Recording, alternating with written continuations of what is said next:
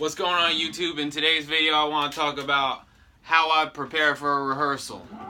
How do I prepare for a rehearsal?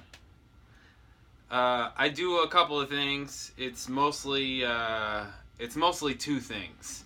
And it's the same if it's a rehearsal or a gig actually. The first thing that I do, which is kind of two things, is I listen to the songs on repeat until I can't take it anymore. Quite literally, I listen to all the songs I have to learn, whether that's 10 songs or 40 songs or however long the gig is, whatever it is, if it's, you know, an hour gig or a 3 or a 4 hour gig or whatever. I listen to those songs if I don't know them already. If it's like a cover gig and I know, you know, 30 of the 40 songs or 35 of the 40 songs, which is most likely, you know, I'll listen to all of them, you know, make sure I know all of them, and I'll focus in on the songs that I know that I don't really know.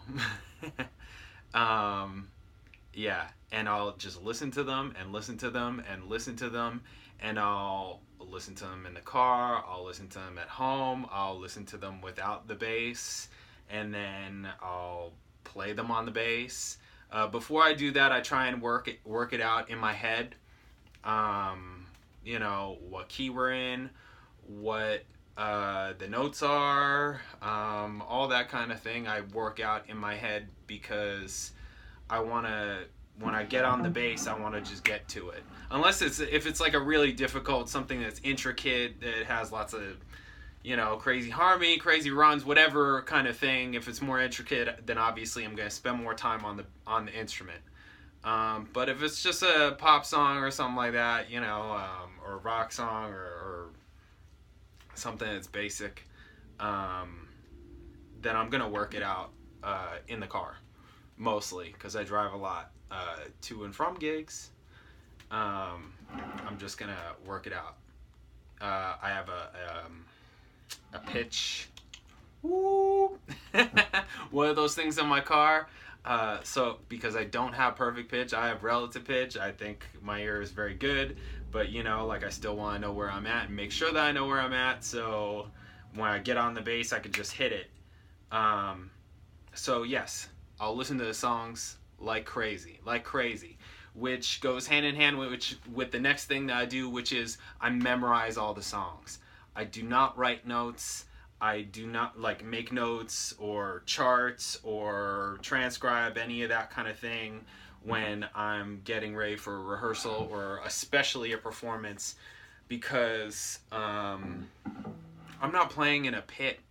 I'm not playing orchestral music. I'm not playing in a you know, like for a musical. I mean, unless I'm playing those things, I'm not looking at charts. I don't like looking at charts when I'm on a stage. I think that as somebody who is in an audience who's looking at people who are looking at an iPad nowadays, it's not, you know, just a music stand with sheet music or any of that kind of thing, or just charts. You know, it's someone with an iPad on the mic stand or on just a whatever stand. I just think it looks bad. I think it's tacky. I think it looks bad. You know, like if you're playing in a club or something like that. And I understand, like I do a ton of weddings. I understand, like these cats, they have a ton of songs to learn or to know, and some of them you only play one time. You play them for, listen, this is our first dance. You're only going to play that for these people's first dance. Why would you memorize that? I still choose to memorize it. That's just my choice. I choose to memorize it because I just like to do that. It's good practice to me, you know? And I've been doing that since my first gigs. It's just memorizing the songs, you know? Like, I don't want to look at somebody on a stage just staring at their iPad. I don't like it. It's weak to me. That's my opinion. Anyway, sorry to like completely dog people that do that. I play with people that do that, and I don't dog them, but I guess in this way I am kind of dogging them.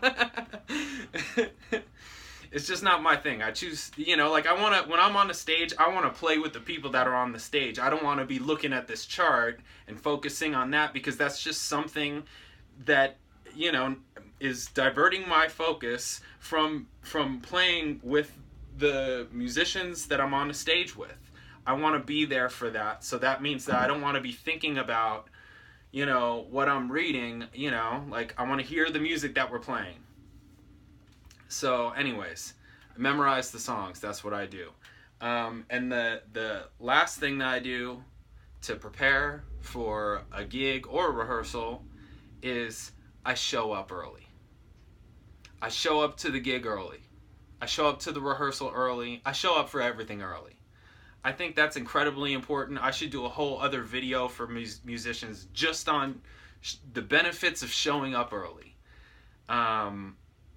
I don't know why everybody doesn't do it. I hate feeling rushed. I think it's crazy. Like it doesn't physically feel right to me to feel rushed. And when I'm early, I never feel rushed. I don't feel rushed.